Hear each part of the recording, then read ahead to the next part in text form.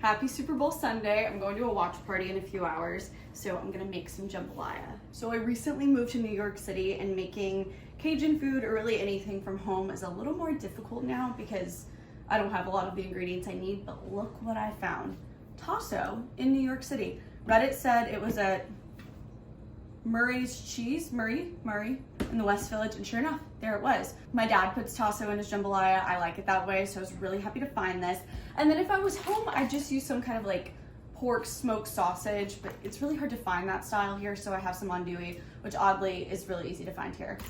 One thing I did bring from home was my Magnolite, so we're gonna use that today. I'm just cubing up the tasso. You could also just use like pork. I think that's actually originally what you're supposed to use, but this gives it some more flavor, extra smokiness. Why not? I added just a little bit of oil to the pot. I'm gonna throw in the sausage and tasso. I'm actually gonna start that in a cold pot and then start to heat it up. That way it renders more of the fat out. That way we can cook with it. The tasso and sausage is browning, and I'm just quickly cutting up some boneless, skinless chicken thighs into bite-sized pieces. One of my packs of chicken thighs came with the skin on, so I took that off. I'm just gonna throw that in with the tasso and sausage just to get some extra fat, some extra flavor. I'll take it out later though. Now I'm just hitting those chicken thighs with a little bit of Cajun seasoning before I brown them in the pot. I'm pulling out the sausage and tasso. They were already fully cooked. That's not why we did this.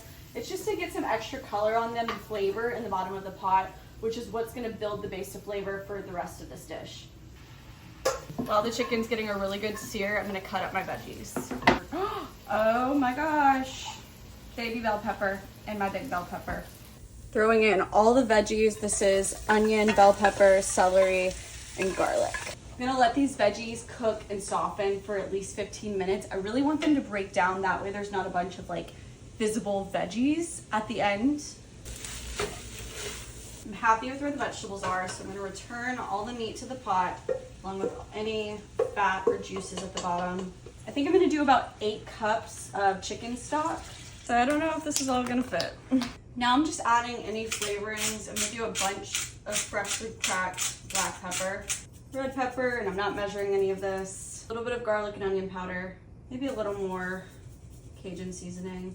I don't have any like cayenne or anything like that, so I'm just gonna do a couple dashes of Tabasco. And then a little bit of Worcestershire just for some depth. My dad recently sent me his recipe, and he makes the best jambalaya. Literally, he's known for it. And he puts a little bit of thyme and basil in there as well. So we're gonna do that. Just a little pinch. So I'm bringing this to a simmer, and then I'm gonna put the lid on it, let it sit for like 15, 20 minutes, give it a taste, see what else it needs. We want this to be super flavorful, maybe like even a little too salty, just because this is all of the flavor that our rice is gonna get. So it really needs to be right in this step. It's been about 15 minutes. I'm gonna give it a taste and see where we're at. Oh, it's spicy, but it's supposed to be. During the break, I also chopped up some green onions and parsley. So I'm gonna add that in. 4 cups. Now I'm gonna bring this back to a boil and stir for the first like 5 minutes to make sure the rice isn't sticking. And then we're gonna turn the heat so low, put the lid on it, and don't touch it, don't even think about it for 25 minutes. You know what, I might just add all the rice in, and I'll add more liquid later if I need it. As long as your heat's on very low, you're fine, we're good.